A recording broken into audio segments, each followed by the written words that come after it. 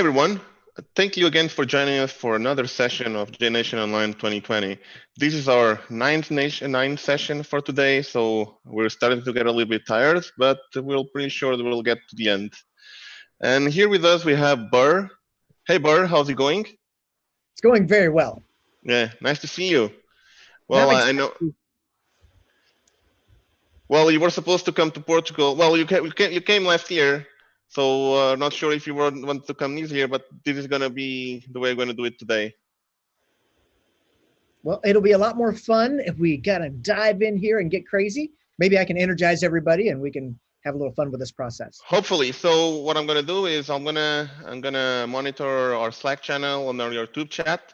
So if the audience have any questions to Burr, feel free to send them over there, and I'll be happy to relay them back to Burr.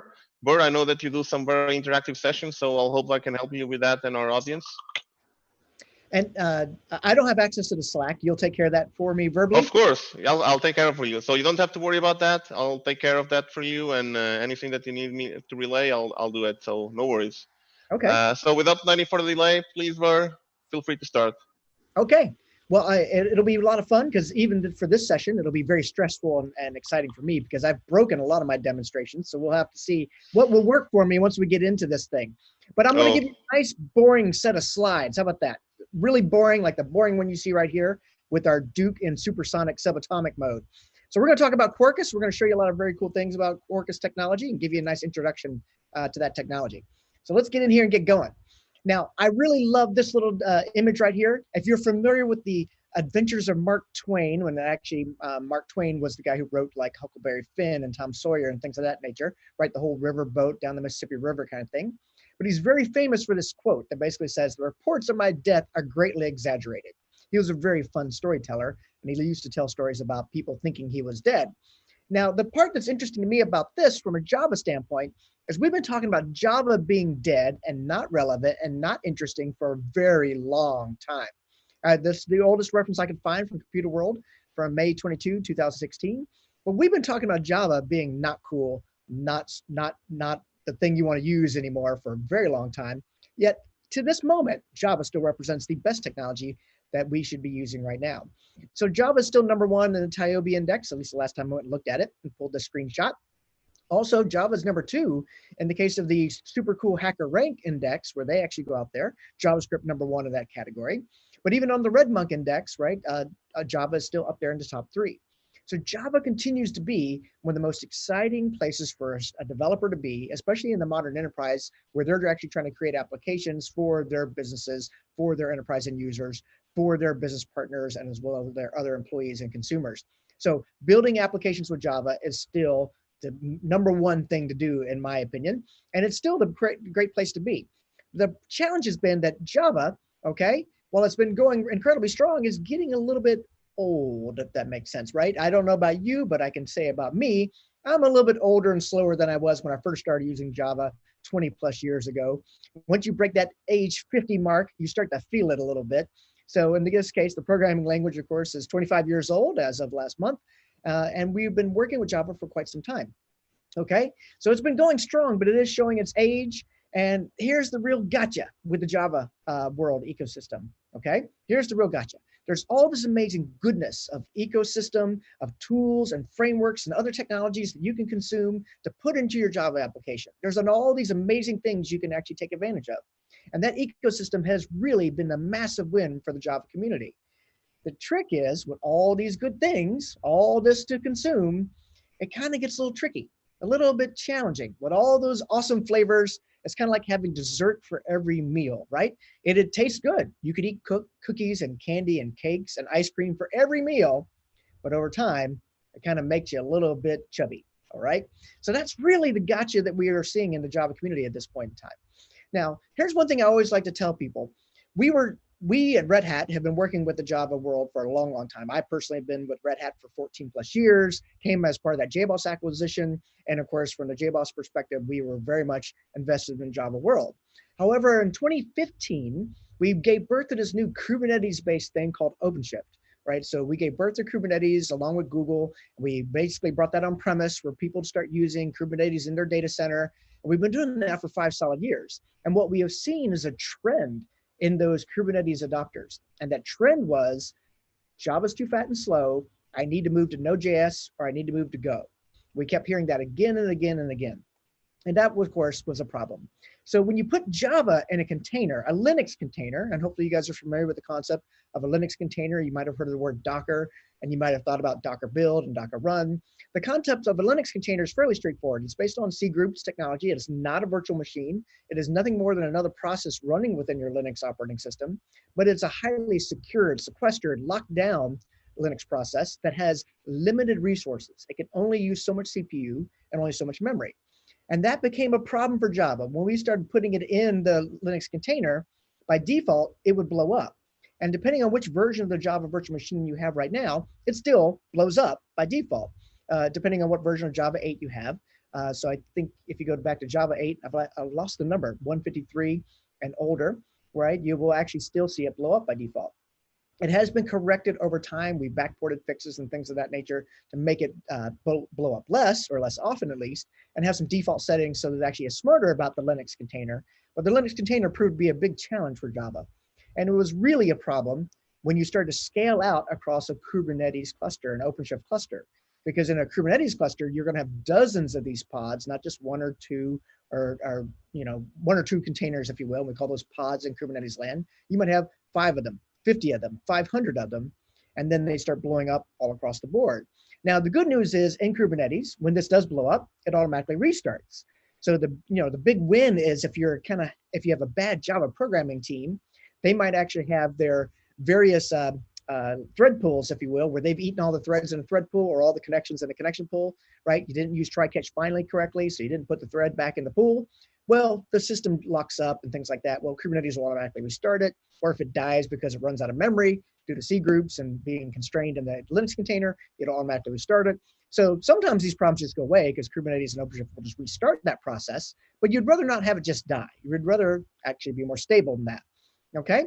So I want to take you back to 1999, all right? So I want to make sure I don't move along too fast here because this is actually really fun. This is very important that you guys understand this next point.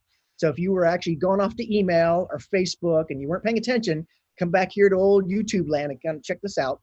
In 1999, this is super important for all you Europeans. You need to understand that the US won the FIFA World Cup, okay? This is critical. 1999, US wins the FIFA World Cup.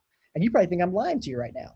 At this moment, you're actually typing on your keyboard, looking at Google to see what's true or not true. Like, am I making this up? For all my Brazilians who are listening right now, I know you got some Brazilians here. Yes, the US wins the World Cup, not Brazil, not Spain, not Portugal, not Italy, not France. The US wins the World Cup, okay? Now, how did that happen? What happened because we won the Women's World Cup. And I've used this joke a few times with a lot of audiences or this particular thing, but I want you to check your bias, okay? Because at some point, you probably thought, there's not even possible, because you assume only men can play the game. And I actually used to coach soccer for girls. I actually had a soccer program for 700 girls where I put them on teams, I actually coached soccer for girls for 14 years. So that was a big part of my life for a long period of time. And this is a seminal moment in the world of the US history, because when you coach a bunch of young ladies, they notice this moment as an example. So I make that point though, really to talk about 1999. And in 1999, if you go way back, right, to 1999, and I know most of you are too young, you weren't around in 1999, but if you had been and you wanted to build Hello World and deploy it to the internet with Java technology, you had to have one of these Sun Spark app server boxes, you had to have a BA WebLogic, you had to have a database server as well, because you always did multi-tier, right? You had an app server and one set of boxes, database on a different set of boxes. Your database license was very expensive. We all used Oracle back then. And of course, you didn't have to pay for your IDE. So think about that for a moment. We paid $10,000 a developer, somewhere between $5,000 to $10,000 a developer, just so they could have access to development tools back then. So things were very different back in 1999. And think about how they are now. All right, we've kind of paradigm shifted from that 1999 world. We no longer cost us close to $500,000 to get started with a basic Java application. Open source has happened, right? And that's fundamentally changed that ecosystem. Now, another thing that's changed in this new world that we're living in is this concept of the cloud. The cloud basically says, don't expend $500,000 just to get started. The cloud says, go find you an instance type for 80 cents a minute, or sorry, an hour, or $2 an hour, or $10 a month, or whatever it might be, and launch it. light it up, get it started. This also means, though, you're constantly restarting these things, okay? So this is the new world we're living in where things are more ephemeral. In the old days, when we spent $500,000 to get started, we wanted those servers to stay up online always, all the time. They cost too damn much. It cost too much to even restart them, right? We had to have a person babysit them full time. In this new world, we try to automate everything, and restarts are common, right? We're constantly restarting these virtual machines, constantly restarting these pods and Linux containers. And because we're living in a new ephemeral world, right, that where things can actually move and change. Now, another thing also that has changed, and I love doing these history lessons that have changed really in our overall world, right? It's not just that Java was born so long ago. You can see 1996 over there, right? But, you know, HTTP has been around quite some time. Even Red Hat Linux was born back in 2000, Agile Manifesto 2001. But the point of this chart right here is to basically say, we've been on this journey, okay? Since before Java was born, or right after Java was born, we've been on a journey to change the way we build software. And early on with things like Agile and things like DevOps, right, we basically start breaking up the problem into smaller units. We broke up the long waterfall process into smaller, agile, smaller steps, a smaller process. We broke up the nature of how your app is handed off to operations with this concept of automated pipelines and things of that nature. And we started changing the way the workflow worked. Now, in addition to the process, the workflow itself that managed the process. And we also started breaking up the concept of the app into different smaller discrete units. The app went from a 6-month deployable EAR file to a 6-day deployable jar file, right? So that's what's happened over time. And some people might call this microservices as one of these points where in our evolutionary cycle where microservices has enabled us to deploy ever faster, deploy more often, and this means more restarts, right? You're constantly starting and stopping these things because you're deploying all the time. Also, we had the concept of Netflix OSS that changed the way we think about how we do distributed computing. We had Docker born there in 2013, Spring Boot born in 2013. Basically, we had Kubernetes born in 2014. And of course, like I said, Red Hat got into this game in 2015. We actually launched 1,026 containers live on stage. So in 2015, I mentioned this earlier, we gave birth to this concept of OpenShift, which was Kubernetes on your premises, Kubernetes in your data center. And that has been a key focus for us. Kubernetes, basically, OpenShift runs on every public cloud as well as your data center. But we decided to show the world that this was a new way of thinking about applications. You basically would build an application and scale it rapidly across these things called pods. And every one of these little tiles you'll see here in this diagram represent a pod and the pod lifecycle. So basically, we brought up 1,026 application servers live on stage in 2.5 minutes with the audience sitting there watching. And then we gave them a chance to use their phone to basically dial in a little image and put that little image, you know, they draw the image on their phone and uploads the image actually into the little app server and then would serve it from that little tile that you see there. So this may sound kind of crazy. Why would we launch 1,026 servers on stage and somebody else thinking right now, oh, 1,024, not 1,026. I appreciate that. We did 1,026 because our designer said it looked better on the screen, just so you guys know. And you can click the YouTube video down there and actually go check this thing out. But the idea was we want to show that you could scale rapidly.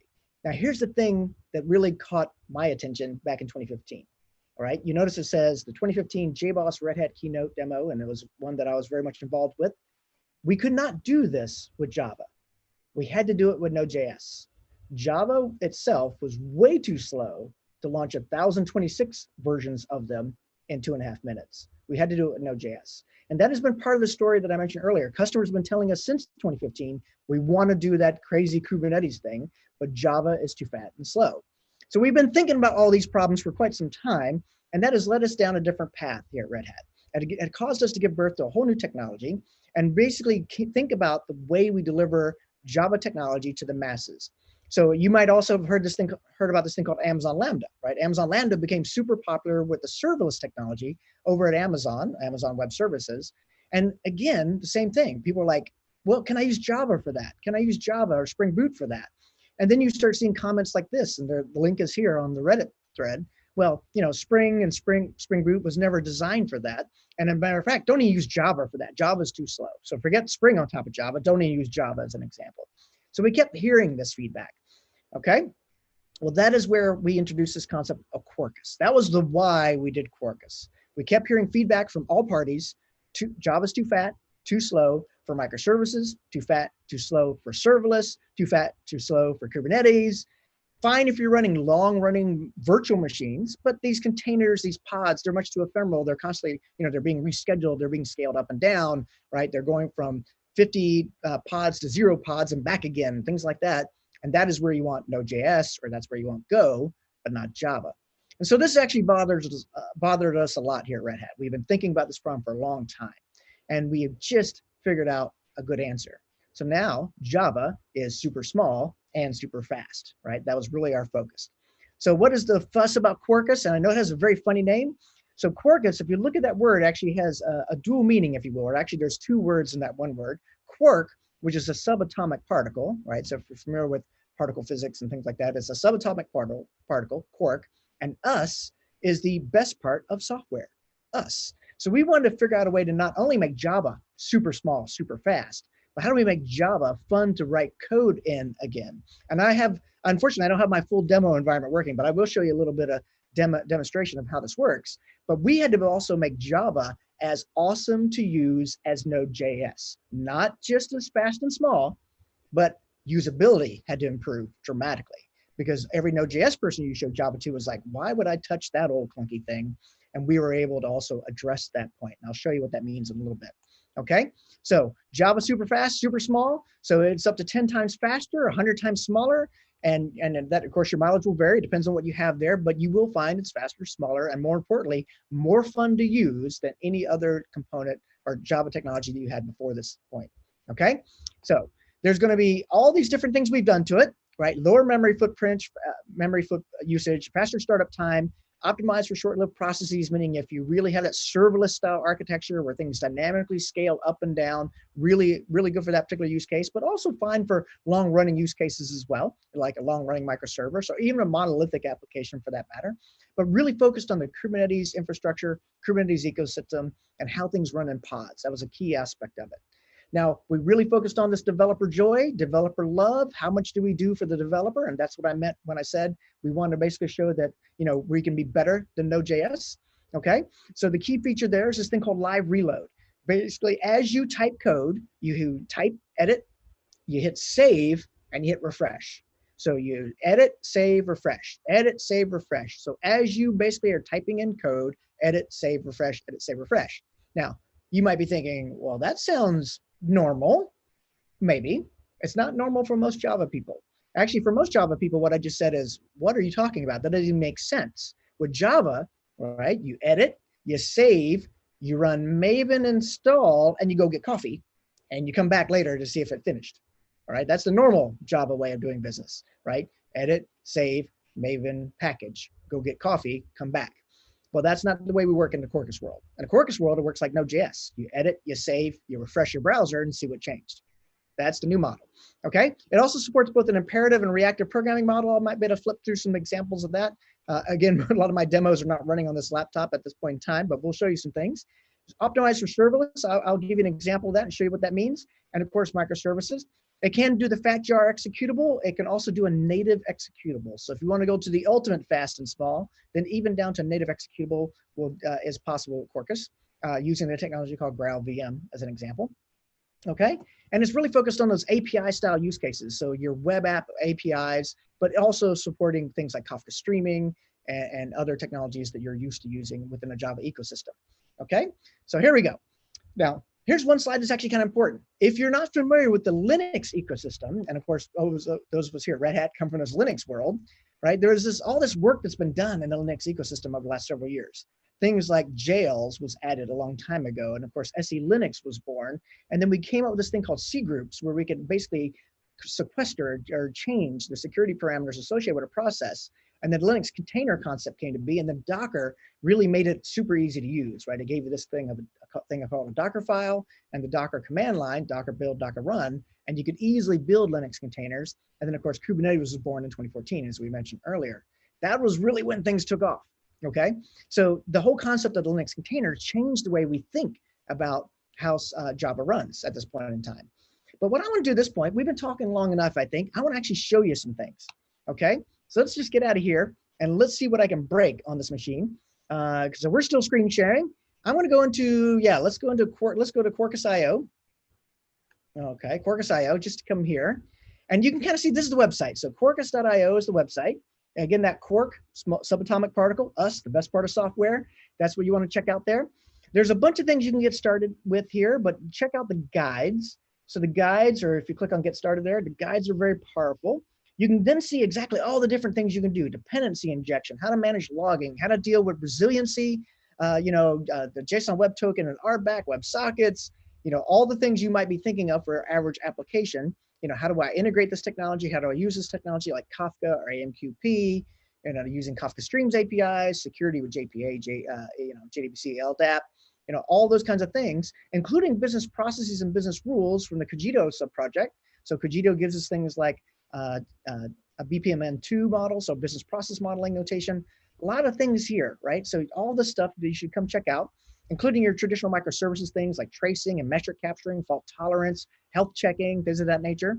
And then also there's numerous aspects built into this Quarkus technology. So you have your JAX-RS style technology, but you also have your Spring technologies, right? So your Spring MVC, Spring Web, I should say, Spring DI, Spring Data JPA, Spring Security. So depending on the programming model you're in love with, it's probably already here, okay? And so you can just basically start building an application.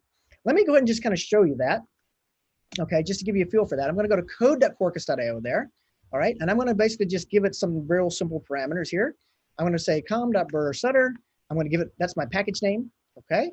And I'm going to give it this little, let's call it JNation artifact. So I give it the JNation artifact ID, the build tools Maven. I'll just keep it that way. You can also have Gradle here if you'd like to, but I'm more of a Maven person, if you will. I'm going to generate the application. That's going to download the zip file. I'm going to go over here to my command line now, okay? And I'm going to say move that thing, downloads, and that was called JNation. Move it over here. So there's the jnation.zip. I'm going to unzip it. All right, let's CD over to it. And let me run my little tree command here. So basically, you get a bunch of things out of the box, right? So you have this default project template here. You can see there's the POM XML. There's a Docker files, both the Docker for native build and Docker for JVM build. Those become more important here in a minute. There's the Java file that you would need to basically kind of just get started. It's a JAX-RS endpoint. You can see there's a little web page in there. There's a properties file because all the properties are basically moved to one single file now. And then of course some tests, right? So you basically have something kind of ready to go out of the box. I'm going to bring up my Visual Studio Code. So code space dot here. I use Visual Studio Code as my primary editor at this point, mostly because I'm more of an editor-oriented person. I don't typically like the heavyweight IDEs. I tend to like the lightweight editors, always have been that, so not full-on VIM and Emacs. That's not quite my game, but I've been known to use VI a little bit. But that, I'm not that lightweight. I try to get a little bit more heavyweight than that. But if you look here, just to kind of make this point, where's that? They moved the buttons around here on me. Oh, so if I click on Java here, look at Java, language support for Java. The reason I'm using the Java here, though, you can kind of see it's the language support Java for Visual Studio Code is done by Red Hat. So a lot of people don't recognize that Red Hat actually does a lot in the ecosystem. And one of the things we did was help Microsoft with getting Java capabilities in Visual Studio Code. So I make that point, you can see there's close to 6 million people who have downloaded and used it. So it's a very popular tool at this point. Okay, but let me come over here and I'm going to bring up my terminal. And let's see if this works for me. I haven't nearly had enough time to check everything. So Maven, compile, Quarkus, dev. Okay, so the first thing you do when you get your new project downloaded and started your project template is you basically put it in this thing called dev mode. And let me come back and look at this command here. So Maven compile Quarkus:dev. All right, that basically puts it in dev mode. All right, that means you now can interactively work with it. So if I come back to my browser over here, let's go over here to localhost 8080. There's that web page that comes up. And I think the default one is just hello. Yeah, there's hello. Okay, so it's a default hello endpoint right there. I'll make that a little bit bigger. But let me switch back over here. You can kind of see where it says path hello. And this is standard JAX-RS syntax here. If I want to now make it say bonjour, I can edit, save, flip over, and refresh. Okay, edit, save, refresh. Let me try that again. So not just and I actually undid my change. It's kind of funny, I hit the wrong button. So let's go to hola, okay? All right, and edit, save, refresh. Edit, save, refresh. Are we in the right file? Let me make sure I'm in the right file. I think I closed something. Dun, dun, dun, dun, dun, dun, dun, dun, dun. And yeah, okay, so there we go. Let's get the right one. Hola again. And here we go. And refresh. So there we go. Hola.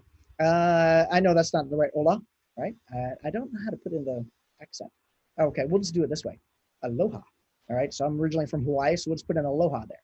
So while this might not seem, we're just kind of hello world here, you might be thinking, okay, that's not that spectacular. But here's the idea. You just basically make changes in your editor, you hit save, you refresh. Now, if you're a Node.js person, you're like, that's the way Node works. Exactly, all right? So not only did we have to be faster and smaller than Node.js, we also had to be easier to use, cooler to use, and as fun to use as Node.js. That was a key focus for us. So now I can basically do my Node.js-like thing, but with Java syntax instead. Syntax that I'm used to using, like the JAX-RS technology as an example. Or if I wanted to use the Spring annotations to do something very similar, I could do something like that as well. Now, I just said aloha here. Let me actually go double check my test. Because there are tests here. Let's make sure we get that right. And actually, let's see here. Let's actually go run the test. And let's see. Okay, your test is running. There we go.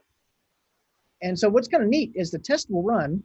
I have this video. We're going to do the video real quick. There we go. The test will run and tell you it's failed, but it runs at the same time the live reload server is also running, right? So you can run your test at the same time you're running the live reload server.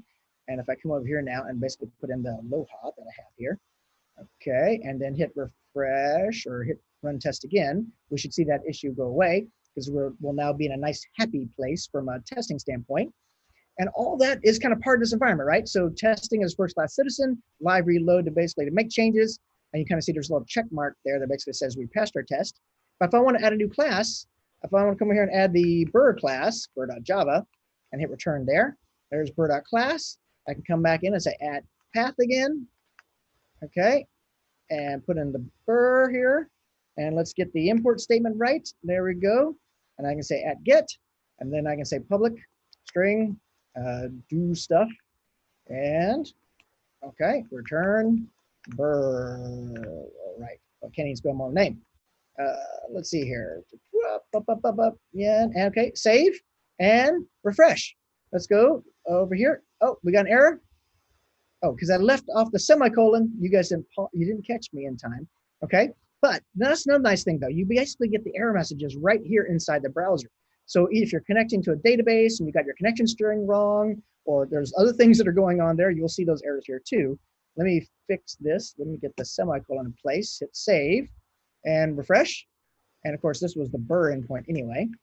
Let's go there, aloha Burr. Okay. Normally I would go on and actually hook up a database and everything else, but my database engine is not running properly on this new laptop. I got to basically fix that up. But anything you can think of from a normal programming standpoint is available to you here. Now, I want to show you something else that's actually critical about this. If you're building your environment here, and actually, let's do this. Let's actually come back over here. Let's do this. Okay. I'm gonna stop that live reload server. I'm gonna go back to my command line, and let's do a Maven package. Let's see if I can do this real fast. Maven package. All right. So I'm gonna come over here to my Maven command line, run Maven package like you normally would. That's actually going to do something that's kind of interesting all by itself. Something that's a little bit unique about Quarkus versus other solutions that live in this space. It's going to give me a target directory. You notice there's a target directory that also has this thing called a runner. Okay, so that is the thing you run, but there's also another directory called lib that's super important. So let me switch over here and go look at lib. Okay, notice this is where our dependencies are. So basically, instead of making a fat jar, we made a smaller jar. So the runner here is just 21 megabytes, it looks like. Let's see here. I think I can fix that. Is it this one? All right. Oh, sorry. It's 200K. So better if I actually put it in human readable form there. So 200K. So the runner is also very small because a fair bit of what you need, the dependencies are actually in this lib folder. Now this is why this is important. We separated the dependencies from the main fat jar, so the fat jar wasn't so fat. The thing that changes more often is your business logic, not your dependencies, right? Your business logic changes constantly. Your dependencies change very infrequently, and you want these in two different Docker layers. So that's why we did it that way. So, but let me try this real fast. Java-jar, and I'll come back to this directory, Java-jar, target, and JNation, snapshot runner. Let's go ahead and run that real fast. All right, so there it's up. So curl localhost 8080 and Burr, right, there you go. So it says aloha Burr there. So notice basically it started in 0.774 seconds, started super fast. And so that, again, we focused on making this ultra lightweight and ultra fast. So there's that little application starting in just a very short period of time. Let me try to run it again. There's a lot going on this computer right now. So my CPU is actually pretty well used with the Zoom sharing and everything else.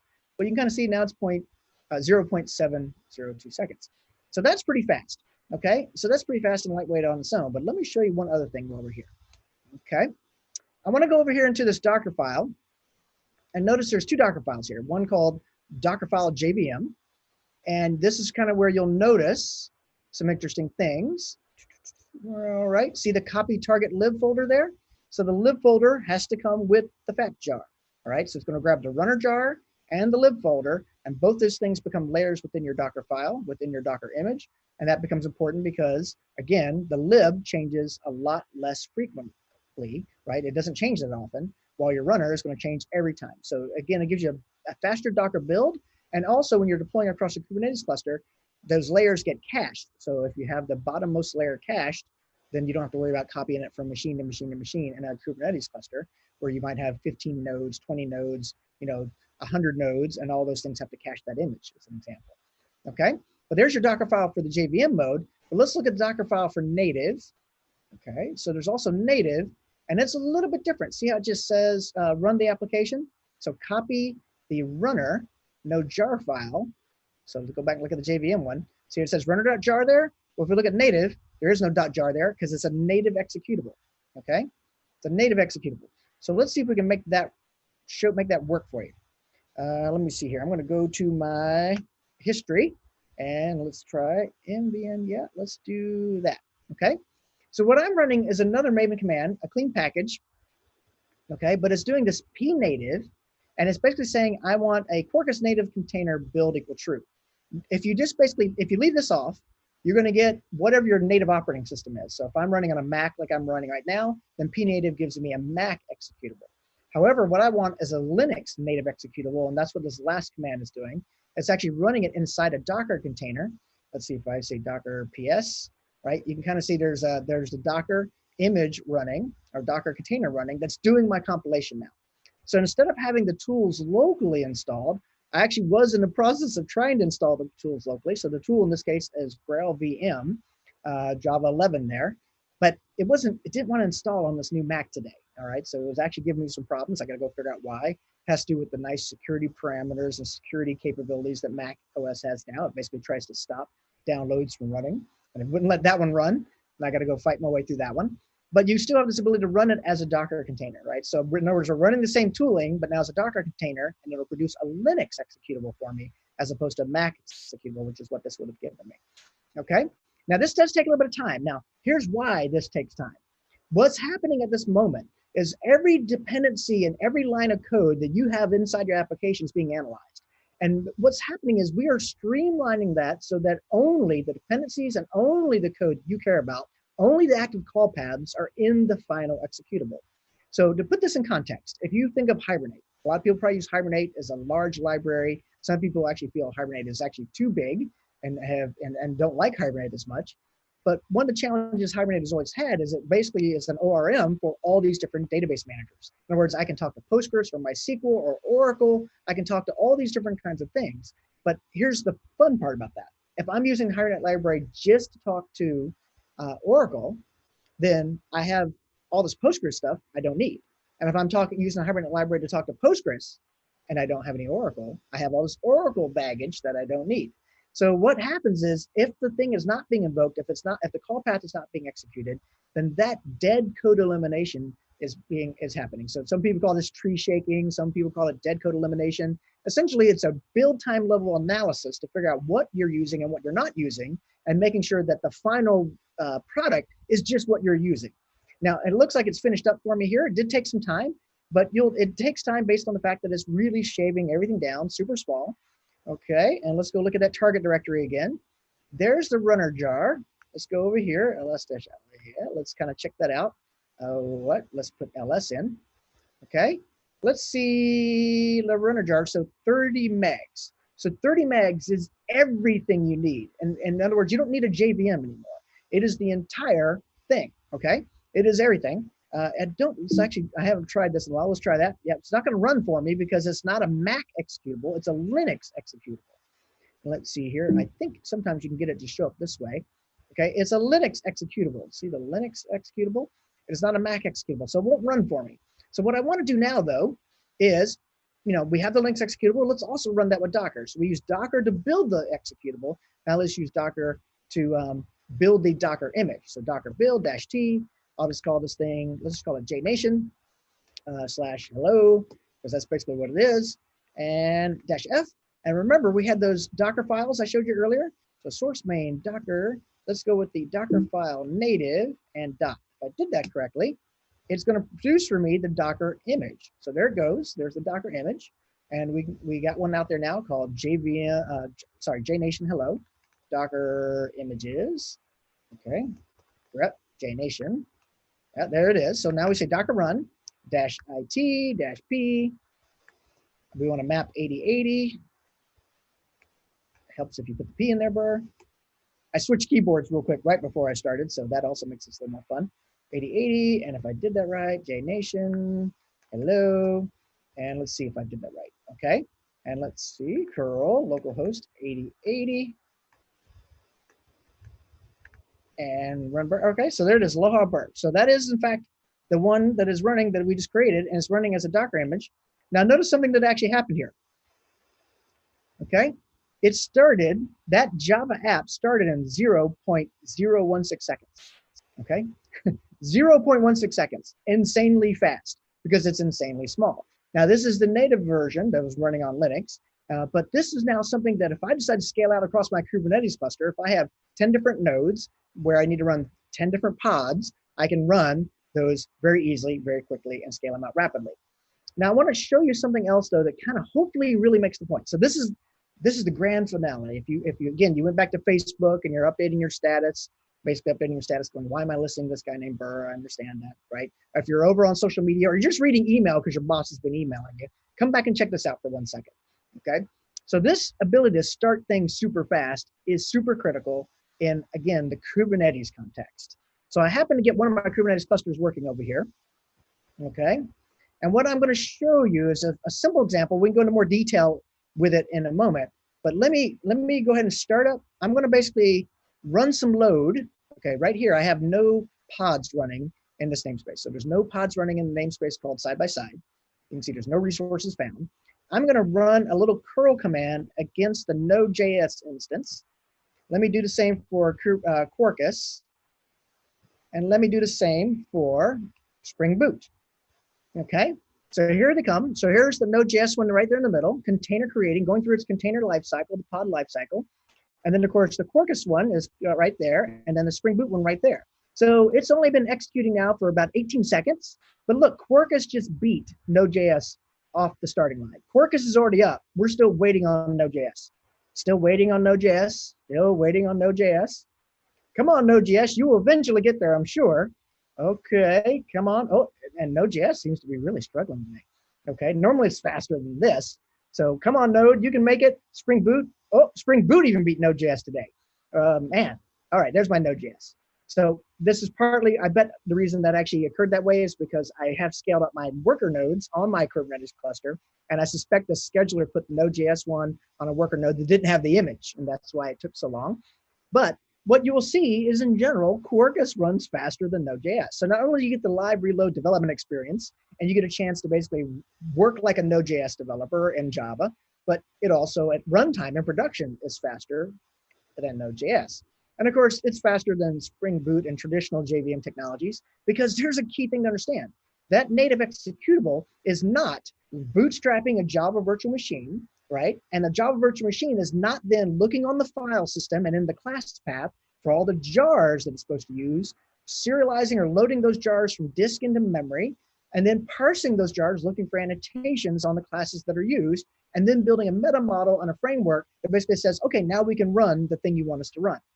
All that is bypassed. When I said earlier that we do the dead code elimination, we also basically are eliminating that entire startup lifecycle associated with a normal JVM application that we invented for application servers years ago. So years ago, we had to have an app server that could load an EAR file, which might have WAR files and JAR files inside it, serialize and open up all those files, pull them all into memory, look around for annotations across all the classes that we see there, and then of course build that meta model that builds the class loader, builds the meta model, and then of course executes and runs the framework. It was really always the frameworks that were so expensive in a Java virtual machine world, not the actual JVM itself, and certainly not the Java programming language. So if you can actually fix the framework load time and the framework instantiation time, you actually end up with something vastly faster.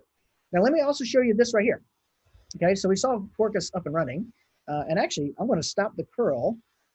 I'm using Knative here, which basically is a serverless technology that allows you to auto scale up and auto scale down.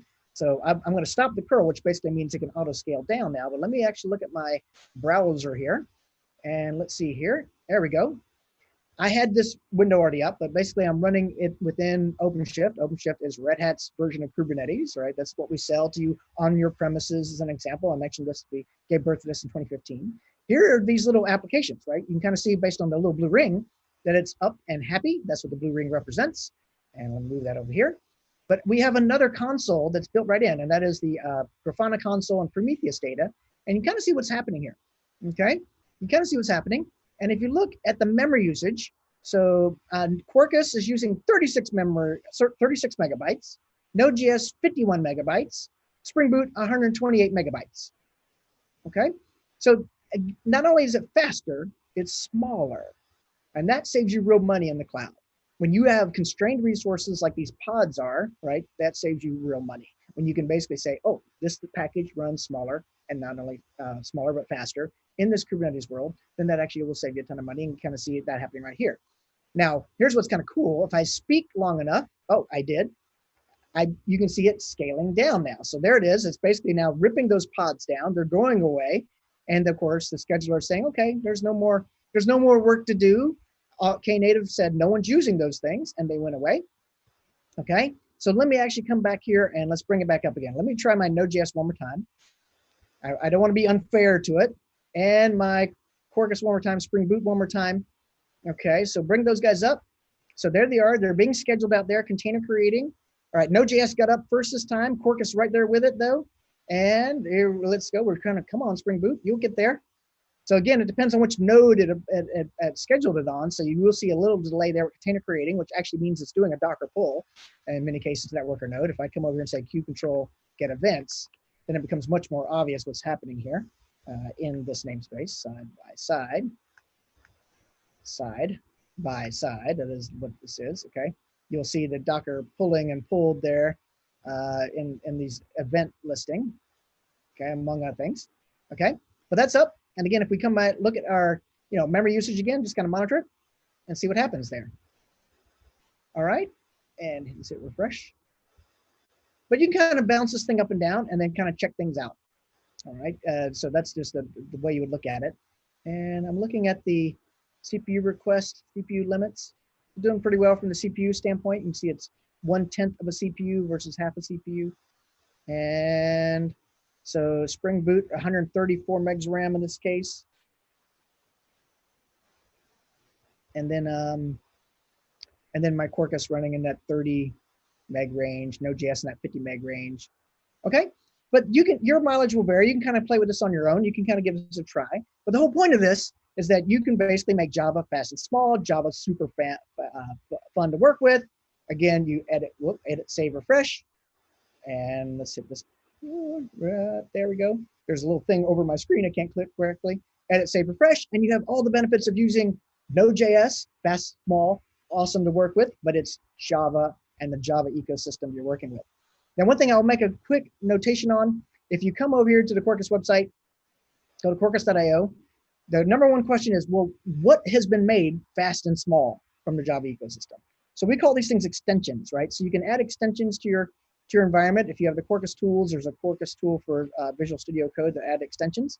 But essentially, these extensions go in your POM XML like normal things. But these things have been optimized to be fast and small. As I mentioned earlier, frameworks tend to be the biggest culprits which make us fat and slow in the Java ecosystem. The framework is doing all the file scanning. The framework is doing all the metadata scanning. The framework is building the meta model and taking all that time at runtime. And so we've gone in and we've optimized things like Hibernate as an example, right, to basically be fast and small. We've gone in and optimized things like InfiniSpan. And if you're interested in Kafka, Kafka streaming, Neo4j, MongoDB, Amazon DynamoDB, right? So different forms of security. A lot of your Java E syntax and microprofile syntax, so microprofile implementation, things like your Spring DI, Spring Web, right? So a lot of the things they're used to using are already here and have already been optimized for this use case. I know we're running at the top, we're running close to the very time limit here. So let me pause for a moment and see if Roberto, if there are any questions or anything you want to throw at me kind of on the fly. Hey, Burr. Yeah, I mean, awesome presentation as always. It's quite hard to keep up your speed. You're always so great with that. Yeah, we do have a couple of questions here for you. So let me grab a couple. So this is coming from Luis Vaz. So he's asking, can we import non-Quarkus libs with Quarkus? Yes. So I mentioned right here that we have all these extensions. If it's not an extension, meaning it's not been optimized, then it may not compile to native like you saw me do here. You may just simply import it in your POM XML. Okay, so where'd that thing go over here? If I go to my, POM XML, I just want to open this thing up in the right place. And where's my POM XML? Okay, it is a POM XML. And if you leave yourself in a normal Java world, JVM world, then if it runs in a JVM, it runs in a JVM. It's a simple answer.